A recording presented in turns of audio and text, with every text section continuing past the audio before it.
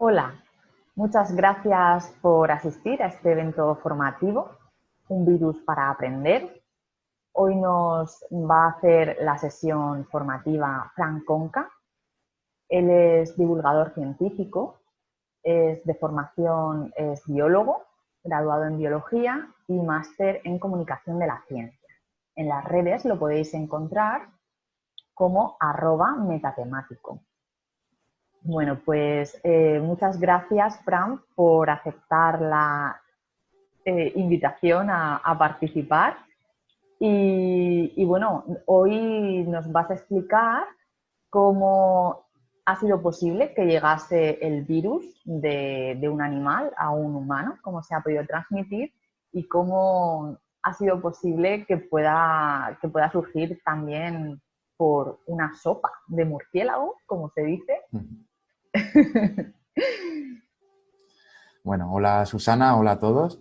Y pues sí, estoy encantado de aceptar la invitación para participar en este programa de Educo Orienta, un virus para aprender, porque bueno, creo que siempre podemos aprender algo de cualquier situación, esta no es una excepción. Y sí, vamos a ver, entre otras cosas, pues eso, cómo, qué ha pasado con la famosa sopa de murciélagos, si existió, si no, y los aspectos un poco más introductorios y más de la biología, de la parte ecológica que de la parte molecular o más química, ¿no? Ujú. Entonces, pues si os parece bien, empiezo a compartir una presentación que he hecho y, y así podéis ver con algunas imágenes y nuestras explicaciones por encima lo que os queremos contar. Muy bien. Así que voy a compartir pantalla, que tengo por aquí la presentación. Y si Susana me dice que está todo correcto, ¿se ve bien? Sí, todo correcto. A ver, ¿puedes hablar un poquito más alto? Alto, alto. Perfecto. ¿Se oye bien? Sí, se oye muy Vale. bien. Estoy viendo la presentación, muy bonita, por cierto. Me gusta mucho cómo has hecho el diseño gráfico. Muchas gracias. Vale, pues cuando quieras nos puedes comenzar. Ujú. Bueno, pues para empezar por el principio, que es como me gusta empezar, ¿no? Ujú. Me gustaría hablar de cómo se llama este virus. ¿Cómo se llama este virus? Susana, ¿tú qué crees? Bueno, tenemos, la verdad que ya no sé cómo se llama. Lo mismo oigo COVID-19 que oigo SARS-CoV-2, coronavirus, Ujú, virus de Wuhan, no sé, he oído muchos nombres. ujú. La verdad es que sí. En los medios y en la calle se utilizan un montón de nombres, pero la verdad es que el nombre científico es SARS-CoV-2, que, bueno, ya sabéis que en inglés se escriben las cosas al revés, por decirlo de alguna manera, y no se ve el ratón, ¿se ve el ratón? ¿Sabes lo que puedes hacer? Sí, se ve el ratón. Si quieres Vale, también puedes conectar el puntero láser, pero si nunca lo has hecho con el ratón está bien. vale, voy a seguir así para no Muy bien. liarla. Sí, se ve. Ok, pues CoV corresponde a coronavirus, que es una subfamilia de virus, que ahora lo veremos, y SARS significa síndrome respiratorio, al revés también, síndrome Ujú. respiratorio agudo severo o grave, ¿no? Vale, ese es el nombre científico, pero bueno, el nombre vulgar es coronavirus, que no es estrictamente correcto porque sería toda la subfamilia de diferentes virus, pero bueno, de forma coloquial es como le llamamos. Una cosa que sí es una equivocación es llamarlo el COVID-19, por varias cosas. Primero, y lo que es más una tontería, es el artículo. El artículo la no tendría sentido porque se refiere a una enfermedad, ¿no? Y en segundo lugar, utilizarlo, este es el fallo más grave, utilizarlo como si se tratara del propio virus es una equivocación. Es lo mismo que ocurre con el virus de la inmunodeficiencia humana, que es el VIH, que transmite una enfermedad si en caso de que se exprese y tenga efecto, que es el SIDA, el síndrome de inmunodeficiencia adquirida. Entonces, esto es más sencillo, al parecer, diferenciar lo que es la enfermedad del SIDA y el virus del VIH, pero bueno, hemos aprendido a diferenciarlo, pues lo mismo creo que deberíamos hacer con la COVID-19 respecto del virus, del SARS-CoV-2 o del coronavirus. Luego sí que hay una expresión que se empezó a utilizar sobre todo al principio de la enfermedad, pero es equivocada, y es el coronavirus de Wuhan. Y realmente no se utiliza porque tiene un componente, una connotación un poco racista, ¿no? En ese sentido se habla de un coronavirus de un lugar específico, se puede malinterpretar o se puede estigmatizar ya sea a la población de Wuhan o a la población del país de China y en ese sentido pues es mejor ser un poco más aséptico y llamarlo bien por el nombre científico o bien por el genérico de coronavirus. Muy bien, entonces coronavirus o SARS-CoV-2, ¿no? Eso es. Si hablamos del virus, ¿no? Y de la enfermedad COVID-19. Sí, yo en adelante lo llamaré coronavirus. Vale. Y bueno, entonces el coronavirus es un tipo de virus, ¿no? ¿Y Sí. cuáles son esos tipos de virus? Bueno, hay varios tipos de virus, ¿no? Pero antes me gustaría plantear una pregunta y es, ¿qué es esto de los virus? ¿Están vivos? ¿Son seres vivos o no? Porque los estudia la biología, pero, o sea, ¿tú te mojas, te atreves a decir algo? Bueno, yo he visto por redes, por medios divulgativos, que hay un debate entre unos que opinan que dan fundamentos para decir que está vivo y otros que dicen que no es un ser vivo porque no tiene los mismos orgánulos o no tiene lo mismo que una célula. No sé en qué posición estás tú. Bueno, yo tengo una posición clara, que es que no está vivo. Pero bueno, aquí justifique su respuesta, ¿no? Aquí tengo que explicar un poquito más los argumentos de por qué. Tampoco es que sea muy valiente la posición, porque casi todos los biólogos estamos de acuerdo, ¿no? Pero para decir si está vivo, primero hay que empezar por definir qué es la vida, ¿no? Y aunque sea una pregunta muy filosófica, normalmente se suele responder con que algo que está vivo, un ser vivo, hace las funciones vitales, que se podrían resumir en nacer, crecer, reproducirse y morir, ¿no? Se puede decir que un virus sí lo hace, sí que tiene un periodo de un origen, un nacimiento, luego pues se crece en el sentido de que se van añadiendo diferentes moléculas al material genético que forma su núcleo más esencial y luego pues se reproduce y muere, sí, pero para hacerlo depende de una maquinaria celular que no es suya, ¿no? De manera que en ese sentido, siguiendo estos argumentos, no se diría que está vivo, ¿no? Si, por ejemplo, aquí vemos una animación que, bueno, se ve como un virus infecta una célula, se replica, bueno, en definitiva necesita la célula y por eso no se considera a los seres vivos, a los virus como un ser vivo. Porque por sí mismo no puede reproducirse, ¿no? Entiendo, que necesita de otro organismo para... Exacto, necesita otra célula. Y aquí es cuando podemos hacer divisiones, ¿no? Bueno, por una parte, ya que estamos entrando en los tipos de virus, que me lo has preguntado antes y me he ido por las ramas, ¿no? Pero te contesto ahora. ¿Qué tipos de virus hay, no? Bueno, ahora en la segunda parte, por aquí veremos a lo que me refería de los tipos de células que pueden infectar, pero antes vamos a hablar del material genético que tienen, ¿no? Serían un poco los dos grandes bloques para clasificar los virus.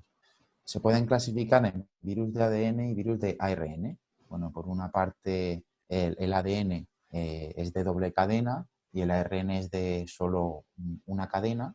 Y bueno, otra diferencia que no es muy relevante, pero por si os pica la curiosidad, por qué la D y por qué la R, la diferencia son monosacáridos, que son un tipo de sacáridos, vaya, de podríamos decir como de azúcares para simplificar, ¿no?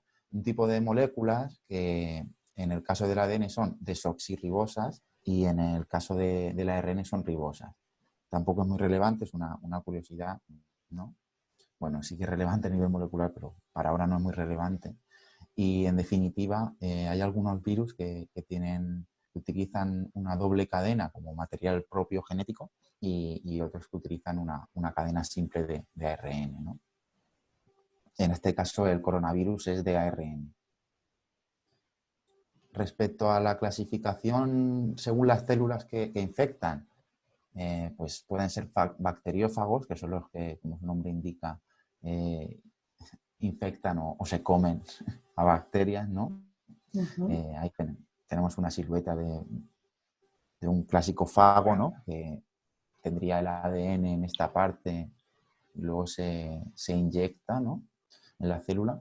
Y por otra parte están los virus de eucariotas. Es el caso también del coronavirus, ¿no? El coronavirus es un virus de eucariotas que aquí cabe recordar que las eucariotas son células que sí que tienen un núcleo, no como las bacterias que tienen el ADN suelto por el citoplasma. Nosotros digamos que nuestras células tienen dos capas, ¿no? Como origen, que hay un huevo Kinder que tiene dentro la sorpresa, pues aquí la sorpresa es el núcleo, ¿no?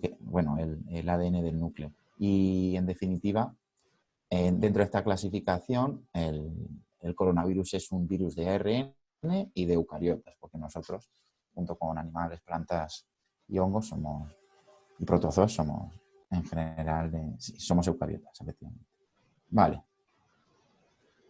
Más cosas. ¿Son parásitos?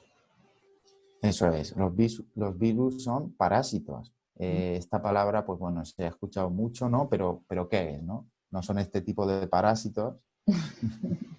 Un chistecillo malo que quería poner, pero mira, me había hecho gracia, me había parecido ingenioso.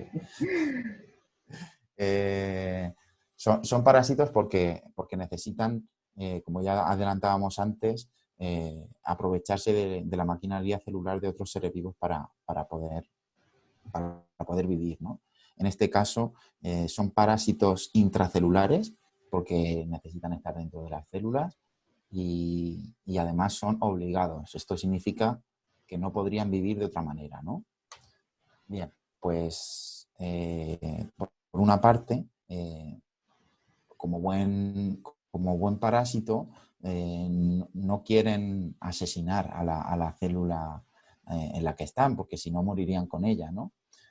Como buen parásito, lo que hacen es aprovechar todo lo que pueden, ¿no? para reproducirse y en este caso se dice replicarse y entonces invaden todo lo que sería, bueno, van replicando, haciendo muchas copias de sí mismo y de alguna manera llenando la célula y van saliendo, ¿no? y infectando otros virus. Esto correspondería.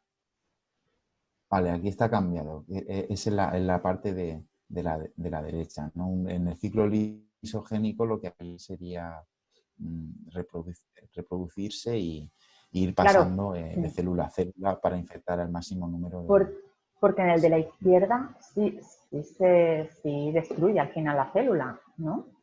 Sí. Claro, y en Por el si, otro no. exacto, por si no ha quedado claro que me he liado, estaba mirando a la izquierda. Lo que ocurre es que en el ciclo lisogénico no llegan a asesinar al huésped, ¿no? Se aprovechan para transmitirse, ¿no? Y una vez se han transmitido ya, entonces es cuando ya un virus que sea funcional y que vaya bien, que lo haga bien, es cuando ya puede matar al hospedador, cuando ya ha conseguido pasar a otras células, que Va. sería el ciclo lítico. Lisis significa rotura celular, ¿no? En ese momento vendría a ser matar a la célula, ¿no? En otros términos.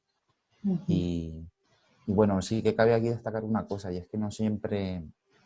no es que los virus sean lisogénicos o líticos, sino que son ciclos que hacen, o sea, pueden hacer las dos cosas. Primero pueden, ¿no? Pueden hacer lo que está en la derecha de mi pantalla. Efectivamente. Y claro, y al final, pues ya cuando no les sirve, ¿no? Cuando ya nos han usado, o han usado las células, mejor dicho, las destruyen o porque las hayan dejado muy hechas polvo. Sí, claro, a Valga la veces expresión. sí, consumen sus recursos y acaban con ellas, sí. Muy bien. Bueno, y a ver, ¿qué podemos aprender más de los virus y de este en concreto? Pues podemos aprender de su estrategia, ¿no? En ese sentido, son bastante, bueno, inteligentes es una palabra muy grande, pero por lo menos su estrategia es bastante inteligente. Se basa al máximo en la adaptación y en la adaptación al cambio, ¿no? Algo tan importante como es en la biología, en la evolución, adaptarse a los cambios, ¿no? Ya sabemos lo que decía Darwin, de que no es la supervivencia del más fuerte ni la supervivencia del que más se reproduce necesariamente, es la supervivencia del más apto, del que más se adapta, ¿no? En ese sentido, los virus cambian y se adaptan muy bien y muy rápido a las situaciones y ese es el motivo de que ellos se conserven, ¿no? Y todavía, ¿no? En la evolución, ten en cuenta que son una cosa muy pequeña que surgió hace muchos años y no se han extinguido jamás, ¿no?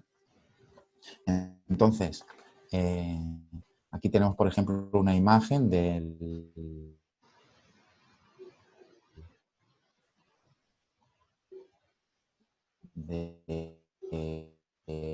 lo que sería el año, ¿no? Ya decíamos que es el Perdona, Fran, un tipo momentito. de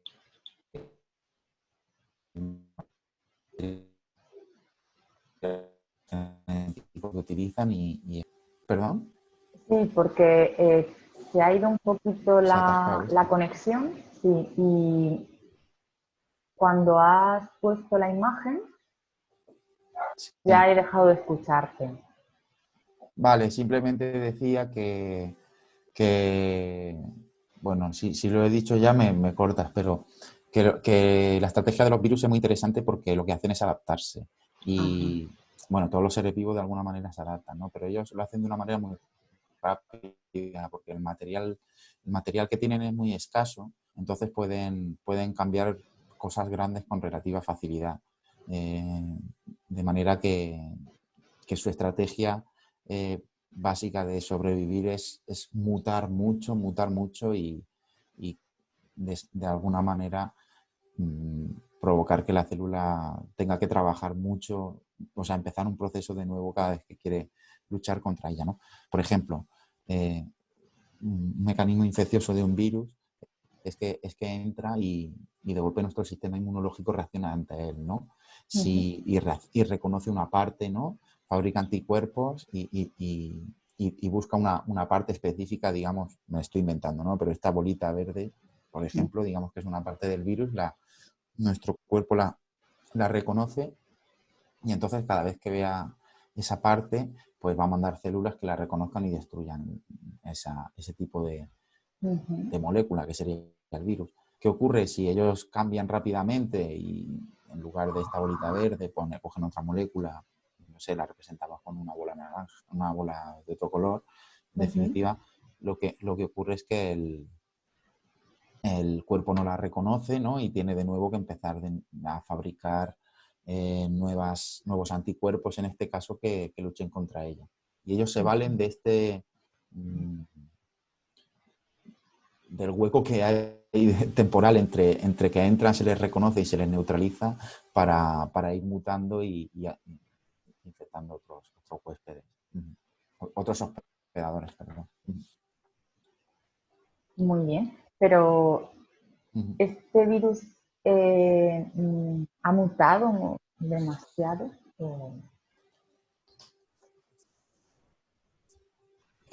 Bueno, sí, este virus justo es una mutación, bueno, siempre pasa eso, ¿no? Por eso mismo no tenemos vacuna y no lo conocíamos. De hecho, a veces se le llama nuevo coronavirus, ¿no? Casi siempre que tenemos un problema con un virus es porque ha mutado. Como te digo, siempre están mutando. Si fuera algo más viejo, pues ya lo hubiéramos conocido y seguramente hubiéramos diseñado una vacuna, ¿no? Eso es lo que ocurre con, por ejemplo, la gripe, ¿no? La gripe todos los años nos tenemos que vacunar Esto se debe a que todos los años hay una cepa, es decir, un tipo de, una parte, por decirlo, un grupo de virus dentro del virus de la gripe que mutan y cambian alguna de estas proteínas de su envoltura, de su cápside o alguna otra cosa que le forme. Bueno, la verdad es que no hay nada más, solo son proteínas y un trozo de ADN. Mutan alguna proteína de manera que ya no se les reconoce y por eso tenemos de nuevo que desarrollar inmunidad. Entonces, son muy buenos haciendo ese mecanismo. Son buenos en lo suyo los virus, no se puede decir que no. Por ejemplo, una cosa que hacen los virus de ADN para mutar es, bueno, cambiar una base, pero no les funciona muy bien, ¿no? A los virus de ADN. Y esto es porque nosotros, que somos eucariotas, tenemos en las células un mecanismo de reparación de mutaciones. Es decir, hay una maquinaria celular. Por supuesto, no es como en la vida érase una vez el hombre, ni como aquí, no tiene cara, pero bueno, así parece más divertido, ¿no? O más sencillo. Este mecanismo de reparación de errores para lo que sirve es para que no mutemos nosotros mismos. Si se cambia nuestro ADN, empezamos a tener problemas, ¿no? Ya sabemos que muchas enfermedades o patologías, como se le llama, ¿no? Tienen un origen genético. De manera que nuestras células ya vienen con un mecanismo de reparación de errores o de mutación. Sin embargo, por eso mismo, los virus de ADN no mutan con facilidad, porque aunque lo hagan, el mecanismo de nuestras células repara todos esos cambios genéticos. Sin embargo, los virus de ARN, como el coronavirus, sí que pueden mutar sin tener esta barrera de la reparación del ARN, en este caso. De manera que lo tienen más sencillo para mutar y por eso también se puede decir en algún sentido que son más peligrosos, ¿no? Eso te iba a Porque no tenemos preguntar. esa defensa celular natural. Claro, te iba a preguntar eso, que entonces son mucho más peligrosos este tipo de virus. Sí, son más peligrosos porque no tenemos esa defensa natural contra ellos, ¿no? La verdad que tienen bastante éxito evolutivo los virus de ARN, ¿no? Los retrovirus también son muy interesantes y por eso también quería hablarte de otra cosa, y es que los virus, como las bacterias muchas veces, ¿no? Que es lo que llamamos en general los microbios, todo aquello que no vemos, ¿no? Todo eso que está vivo o no, pero que no vemos, y siempre se les tiene pues muy, muy mal vistos, ¿no? No es para menos.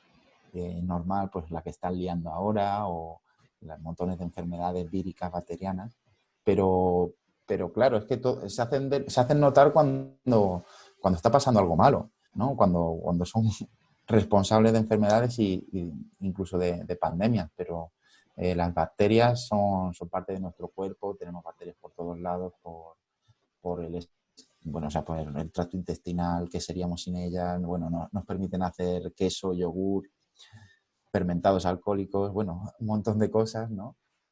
Y en ese sentido las bacterias están demonizadas y no son tan malas. Y también ocurre con los virus, ¿no? Que es ¿Tenemos lo que... virus? Sí, nosotros tenemos virus en el cuerpo, y no me refiero a superficialmente, no, me refiero a que los virus son parte nuestra, de todos, porque forman hasta un 8% del ADN que tenemos. Y esto puede parecer sorprendente, pero mirado con perspectiva tiene mucho sentido, ¿no? Estaba adelantando que me gusta, personalmente me parece muy curiosa la estrategia de los retrovirus, que es a nivel molecular es una curiosidad increíble, porque bueno, lo que se llama retrovirus porque lo que hacen es pasar de ARN a ADN, ¿no?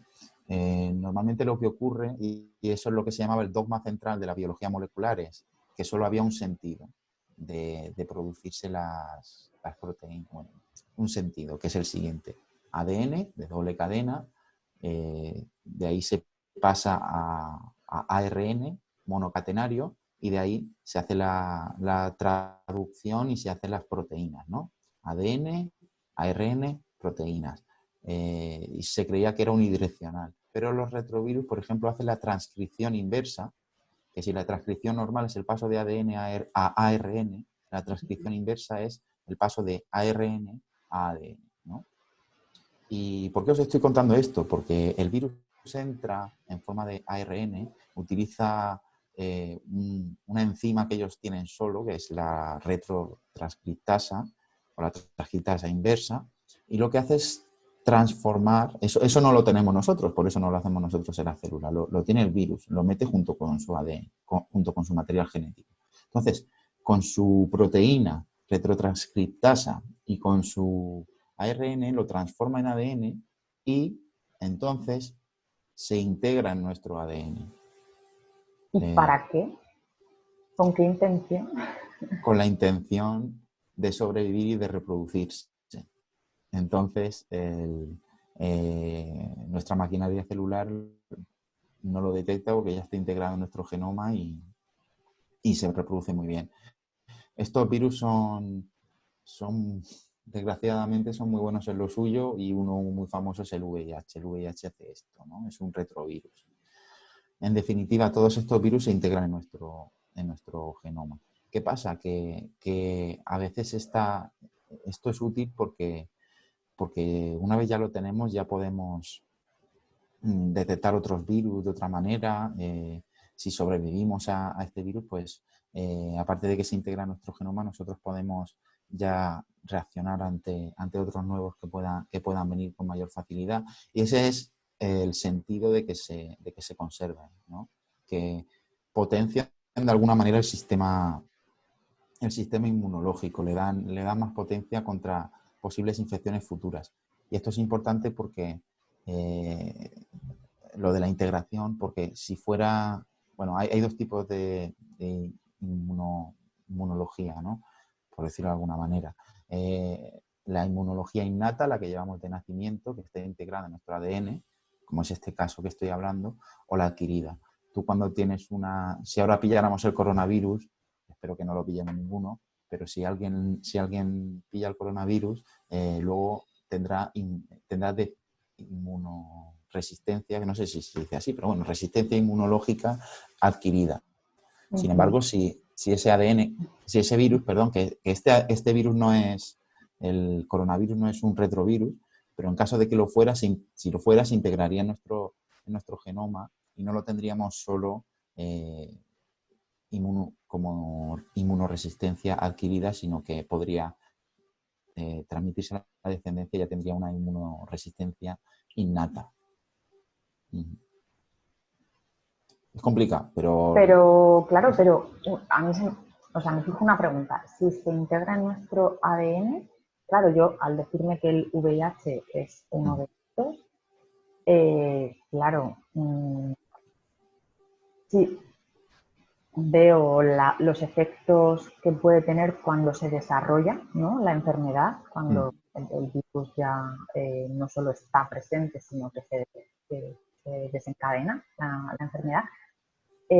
Claro, tú puedes pasar toda la vida con un virus que esté ahí latente, que no se manifieste en forma de enfermedad. No sé cómo decirlo de otra forma. Sí, ¿No? efectivamente los virus no siempre se manifiestan, a veces se quedan ahí, sí, eso es un problema, especialmente virus como, bueno, en todos en general, pero en el VIH, por eso es tan importante sí, en concreto los preservativos, no solo los métodos de control de la natalidad, sino también no solo los anticonceptivos, sino también es que no me sale la palabra ahora, como el grupo que engloba los preservativos y todo esto, ¿no? Sí, los métodos de barrera, ¿no? Sí, por eso son tan importantes, porque tú puedes ser portador asintomático, ¿no? De alguna manera del VIH y estar teniendo relaciones de riesgo y transmitirlo sin darte cuenta, ¿no? Muy interesante. Uh-huh. Muy bien. Bueno, y Y aquí bueno, a ver, está.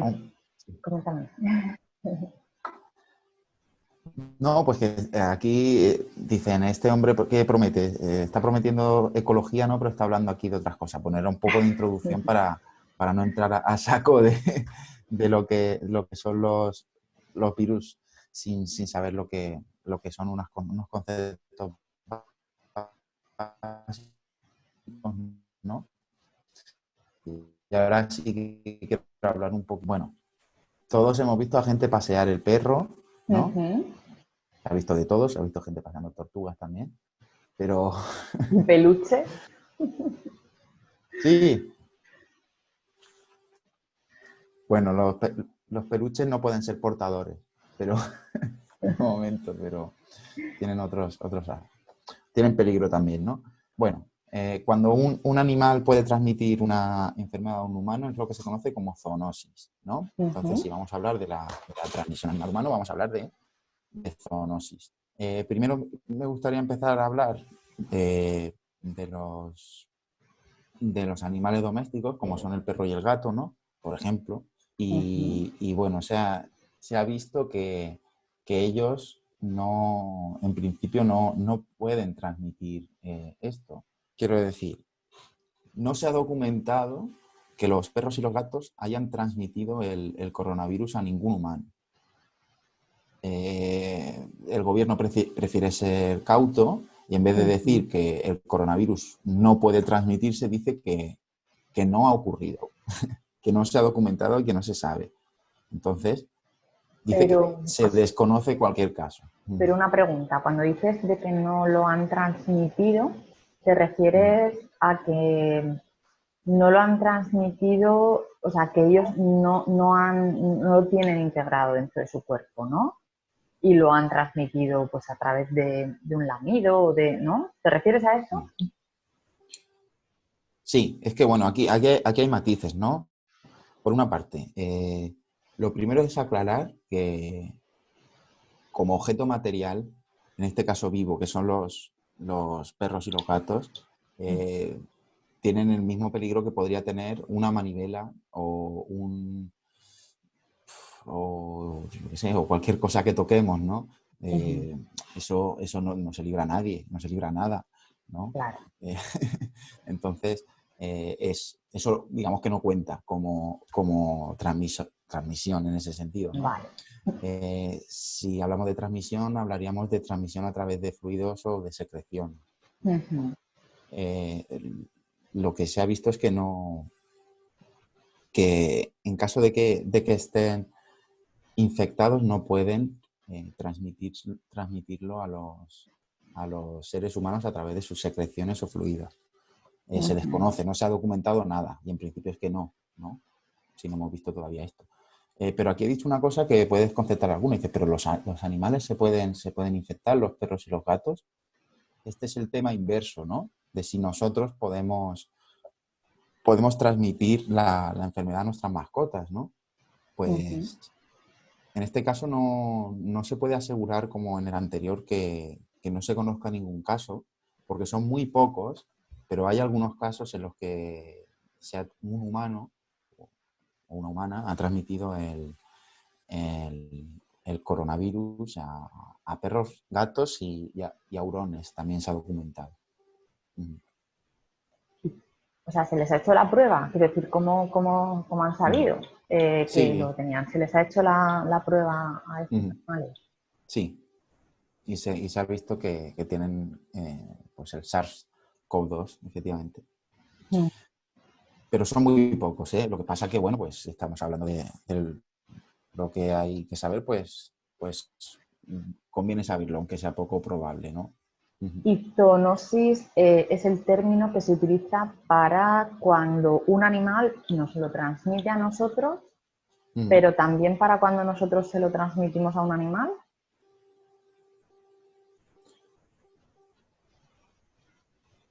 Ahí me has pillado, ¿no? La verdad que no lo sé. Lo que No sé pasa es nada, o sea, que... yo es que soy tiendo a preguntar No. mucho, pero a ver que si hay algo, ¿no? Porque todo no es necesario saberlo, pero bueno, si hay algo que yo te pueda preguntar que surja pues esta situación, Siempre se puede aportar en los comentarios y más tarde Mm. lo averiguo, ¿vale?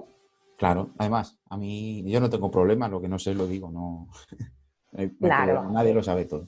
lógico. Lo que sí sé es que normalmente cuando una enfermedad se transmite entre una misma especie, no es una zoonosis, ¿no? Se le llama zoonosis en el momento en el que se puede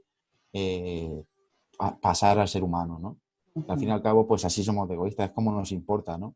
No ujú, existe una palabra que se llame animal que puede, o sea, perdón, enfermedad que pueden pillar los gatos a partir de otros animales. Pues no existe un término ujú. para eso, pero sí existe un término para enfermedades que el ser humano puede adquirir a través de otros animales. Claro, para eso somos nosotros los que le ponemos el nombre, ¿no? Pues sí, un No es poquillo de muy... antropocentrismo. Bueno, pero estos no son los animales así más interesantes, ¿no? O sea, bueno, Ujú. los que más se ha hablado, ¿no? ¿Tú, Claro, se ha de hablado qué mucho animales se del habla? murciélago y del... ¿Cuál era el otro? El pangolín, ¿no? Pangolín. Se ha Ujú, hablado mucho, mucho, sí, desde el principio además, porque antes, quiero decir, antes de que llegara a España y que estuviéramos tan asustados y confinados, ya se venía hablando de qué había pasado en Wuhan con un murciélago, con un pangolín, ¿no? una sopa. Y una sopa, famosa sopa, ¿no? Claro, que yo ¿De también me qué? preguntaba, pero vamos a ver, se supone que a cierta temperatura se elimina, ¿no? Se destruye. Es Mm, una sopa y ya está hirviendo. No se ha destruido ese virus. bueno, pues parece que no. Eso de que fuera a través de una sopa, ¿no? Bueno, a lo mejor estaba a punto. Estaba así, sí, estaba poco hecho. Sí, a lo mejor no eran bueno, pues del punto de la carne, ¿no? Eh, la transmisión, vale, sí, se ha hablado de eso, de la transmisión del murciélago, del pangolín, del ser humano. Bueno, aquí lo que ocurre es que no sé, bueno, lo primero decir que no se sabe, no se sabe. No se ha Ujú, podido rastrear, no se ha podido documentar eh, cuál es la fuente principal, ¿no? Pero se pueden hacer sospechas, ¿no? Y seguir los indicios. O sea, no se puede ujú, decir al 100%, pero casi todos estamos de acuerdo en señalar al murciélago o al pangolín. ¿Y ujú, por qué es esto, no? Eh, bueno, es porque los virus, digamos que para pasar de un animal a otro, necesitan ir poco a poco, ¿no? Como engañando en este proceso de adaptación y de mutación, no pueden pasar directamente entre animales muy diferentes, ¿no? Entonces, tienen que tratar de ir haciendo pasos progresivos, ¿no? A veces lo que hacen es combinar diferentes partes, es decir, combinarse virus ujú, y hacer un supervirus, por decirlo de alguna manera, ¿no? Un virus que ya tenga la capacidad de ir a un tercer hospedador. En este caso, el murciélago son grandes reservorios, muchos murciélagos tienen coronavirus, no el humano, el actual, el SARS-CoV-2, sino virus de esta subfamilia, ¿no? Tiene muchos eh, virus de este grupo, son un gran reservorio, y se cree que primero hizo un paso intermedio, pasó por el hospedador intermedio, que sería el pangolín, y luego finalmente pasó al ser humano. ¿Por qué se cree esto? ¿Qué indicios tenemos? Primero que bueno, porque los virus se parecen y cada uno entre sí, cada uno se parece más. Es decir, el, el coronavirus humano se parece mucho al del pangolín y se parece un poco menos al del murciélago, pero entre sí todos se parecen mucho. ujú. Las diferencias serían entre el murciélago y el pangolín, hay mucho de o sea, la proteína S, que es la que sirve como entrada a la célula, que es la clave del coronavirus, la proteína a través de la que infecta y entra en nuestras células, esa proteína S ya está presente en una forma diferente a la que tenemos en el pangolín, ¿no? Ujú, Entonces, el murciélago creo que, si no me equivoco, es que lo he leído esta tarde, perdón, pero creo que el murciélago no la tiene, el pangolín sí que sí que la tiene de otra forma, o sea, no es la misma proteína exactamente, pero es muy parecida, ya se puede hablar de lo que es una proteína S, pero no la humana. Y finalmente, pues ya los seres humanos seríamos los que tendríamos la proteína S, ¿no? Que es la que le permitiría entrar. Y para poner un ejemplo de otro virus que ha hecho este paso de hospedadores intermedios y finalmente ha llegado al ser humano, quería hablar del virus H1N1, ¿no? Este virus Ese no me es, suena. A ver. no ¿Es te suena famoso también como este? bueno, lo conocieron de cerca algunas personas, por desgracia. En ese Pero momento, tenía otro nombre más popular o más cotidiano. ay, creo que sí, pero es que no lo recuerdo ahora mismo. Pero creo que tuvo un nombre más popular. Lo que sí que me acuerdo son de los virus que lo generan, ¿no? Lo que ocurre es que Pero no sería este el de la gripe aviar. no, creo que es la neumonía típica. Ajá. Se llamó, es que también los nombres son problemáticos, ¿no? Porque no saben bien cómo llamarlo, ¿no? Porque también el diagnóstico a veces es complicado. De hecho, ha pasado, lo hemos visto con el coronavirus, ¿no? Al principio de esta presentación y al principio de la epidemia. Bueno, cuando era epidemia todavía, que era, pues eso, de Wuhan. Y luego, bueno, se le ha ido cambiando un poquito el nombre, ¿no? En definitiva, aquí ocurrió una combinación de virus. El virus de la gripe aviar se combinó con el virus de la gripe humana, una de las versiones, ya decimos que hay muchas cepas. Y aquí es una cosa importante, se combinaron en el cerdo. ¿Por qué ocurrió esto? La gripe aviar se llamaba así porque era solo exclusiva de aves, no podía pasar al ser humano. Y la gripe humana no podía pasar a las aves, ¿no? Pero los pobres de los cerdos podían contraer las dos, la aviar y la humana, ¿no? Entonces, ahí se produjo una combinación de alguna manera de los virus. Esto me gustaría saberlo un poco mejor porque no sé cómo ocurrió exactamente, pero se combinaron los virus y supongo que, bueno, a través de uniones de ADN, ¿no? O de ARN, no lo sé, y crearon otro virus, ¿no? Que dio lugar a una neumonía rara, una neumonía atípica. Claro, y ese virus Ujú. que se ve abajo, que es el que produjo, ¿no? El que con la combinación de los anteriores Sí, lo produjo el cerdo, luego fue el que volvió a los humanos, entiendo, exacto, provocando sí. esta neumonía. Ujú, sí, exacto. Y bueno, esto está mejor explicado en un documental un capítulo de una serie de documentales que iba a recomendar al final, pero ya que esto pues lo recomiendo ahora, ¿no?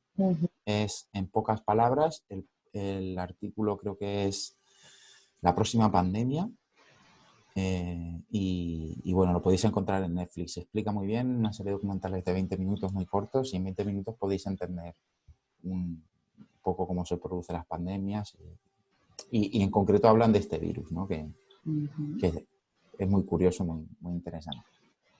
Uh-huh.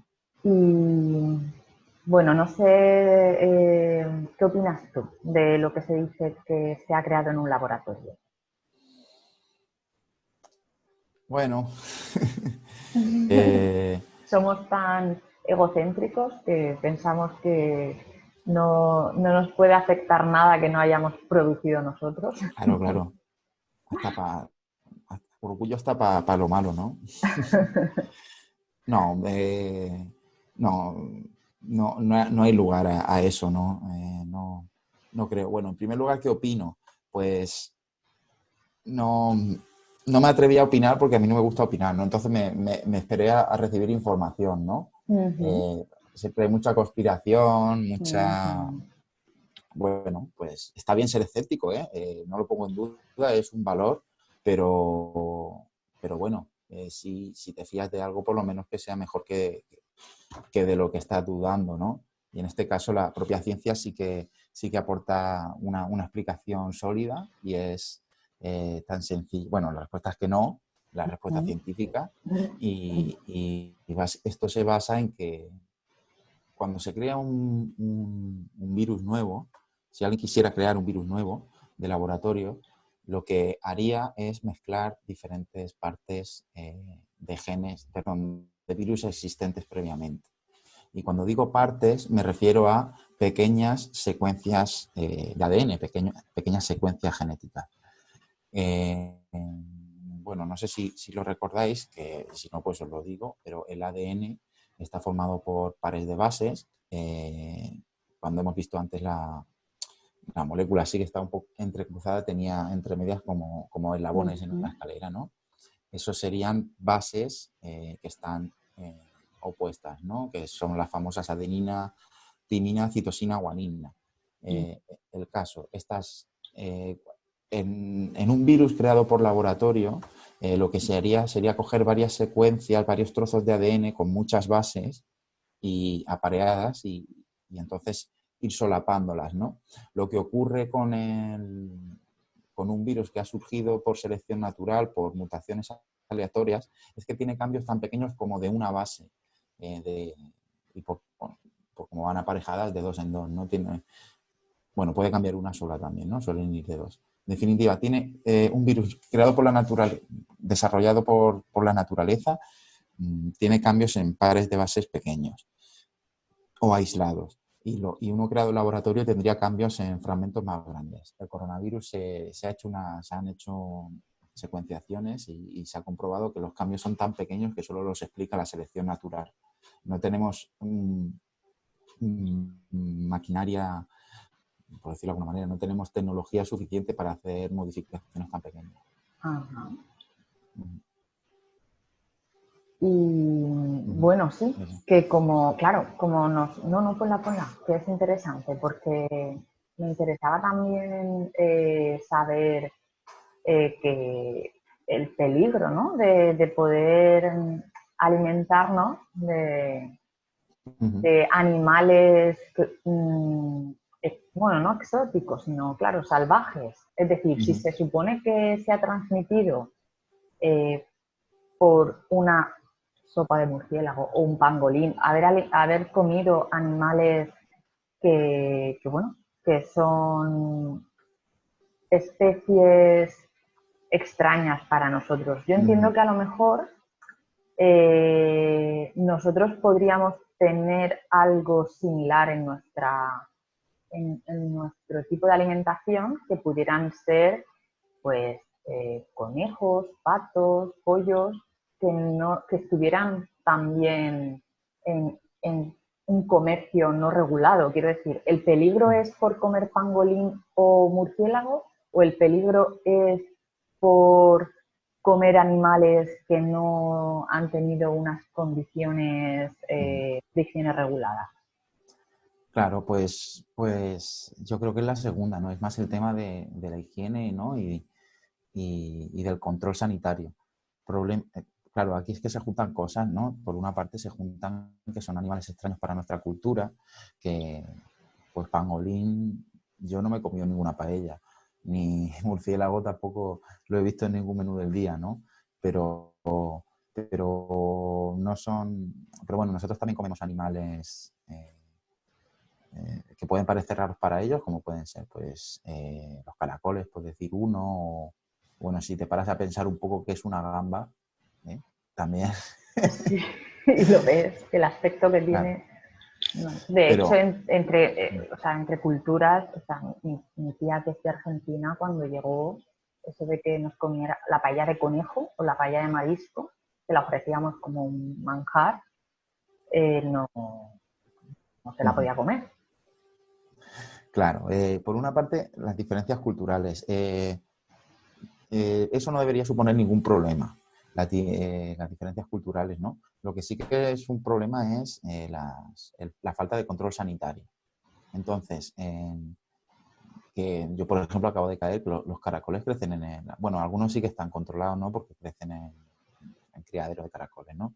Pero los caracoles que crecen por ahí, vamos, los caracoles serranos, esos caracoles también pueden tener peligro, ¿no? Pueden transmitir una una zoonosis de alguna manera, ¿no? Ujú. Lo que quiero decir es que no comer animales salvajes parece una cosa exótica o rara, Ujú. pero hay que pensarlo dos veces porque nosotros también lo hacemos, ¿no? No, por una parte salvajes, pero sobre todo lo importante es que no tengan control sanitario, ¿no? Porque a veces los animales son de alguna manera salvajes, pero tienen control sanitario. Estoy pensando en el pescado y el anisakis. En los pescados que no son los peces que no son de piscifactoría, Ujú. cuando son pescados y no han llevado ningún tipo de control sanitario, pues pueden contener parásitos como el anisakis, ¿no? Por eso se habla tanto de congelar, ¿no?, el pescado antes de consumirlo. Pues bueno, en definitiva eso, saber que la falta de control sanitario pues puede traer problemas sanitarios, ¿no? Parece evidente, pero hay que recordarlo. Pero no es solo eso, ¿no? Vamos ya a hablar de esto que tenemos aquí, el mercado de animales vivos. Esto Ujú. es un peligro. Los animales van vivos sin control sanitario y se hacinan, aunque no estén hacinados, aunque muchos lo estén, se juntan en un espacio próximo y ahí se pueden producir un montón de infecciones cruzadas, ¿no? Ya hemos Ujú. visto el gran problema que surge de la combinación de virus, ¿no? Ujú.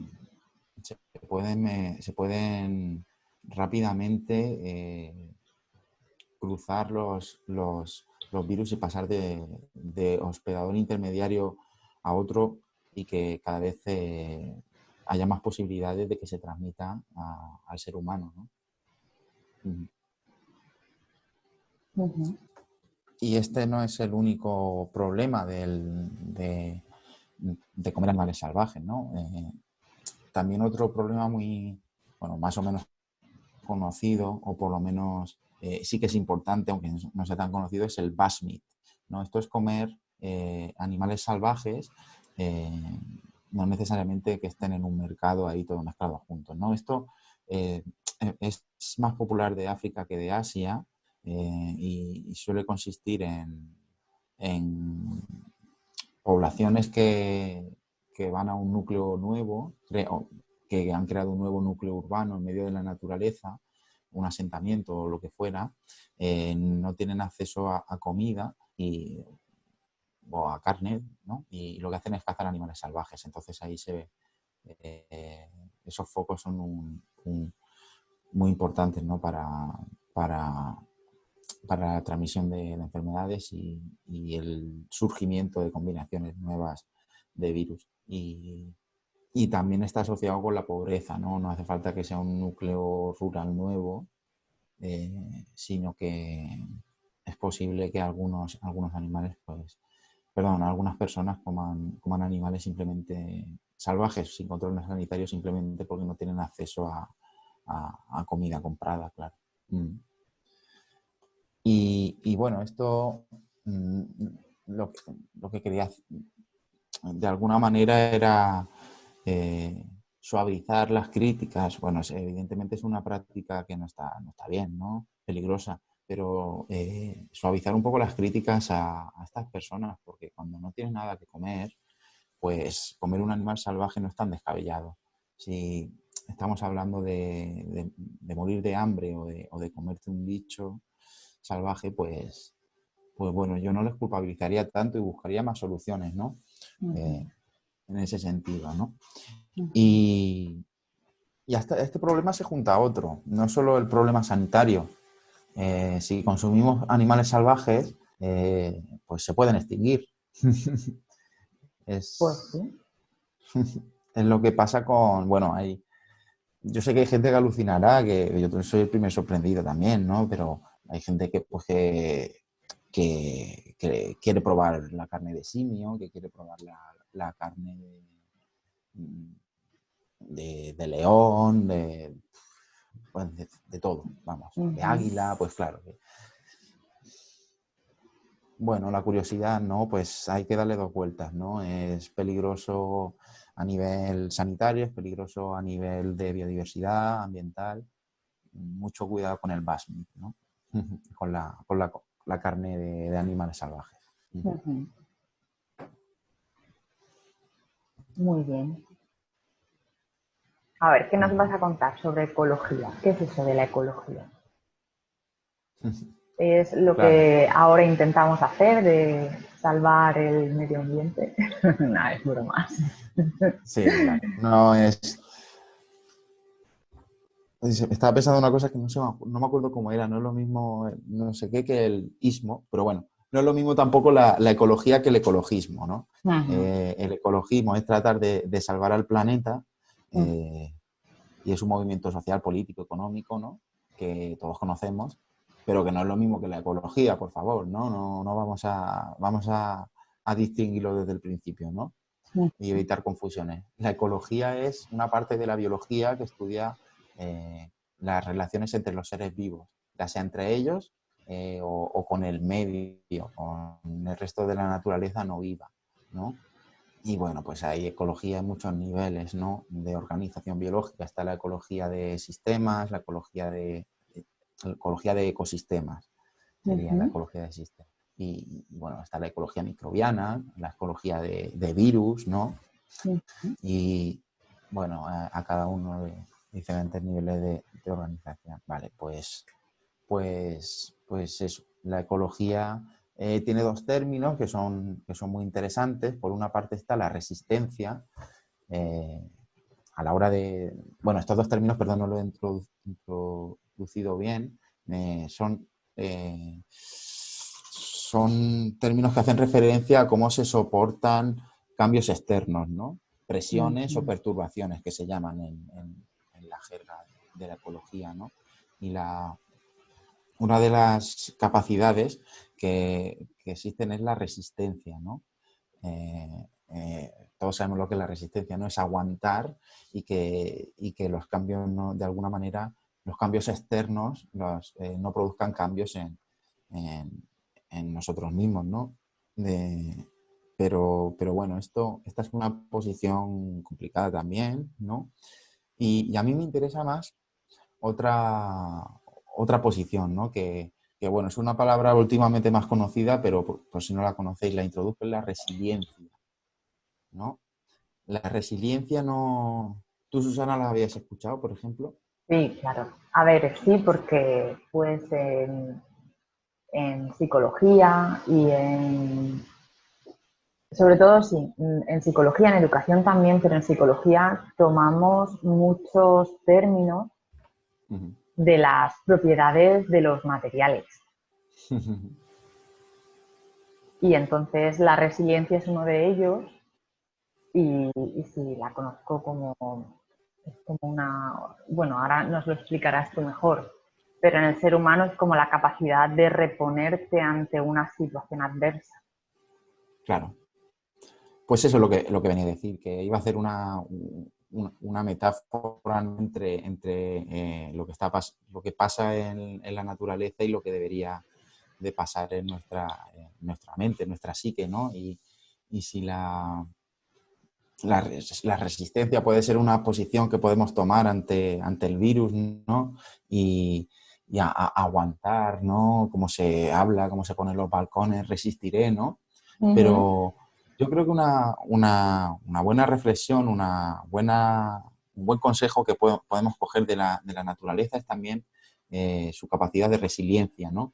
Que cuando todo esto pase, no necesariamente somos más fuertes por aguantar completamente sin impertérritos lo que está ocurriendo, sino que aunque nos afecte, también tiene mucho valor el reponerse, ¿no? El recuperarse y volver a lo que éramos. Incluso también sería muy interesante no volver a donde estábamos, sino dar un paso más, ¿no? Recuperar lo que queramos recuperar y soltar lo que consideremos que no hace falta, ¿no? Y salir con un aprendizaje de todo este Evolucionar proceso. un poco. Pues sí, evolucionar, ¿no?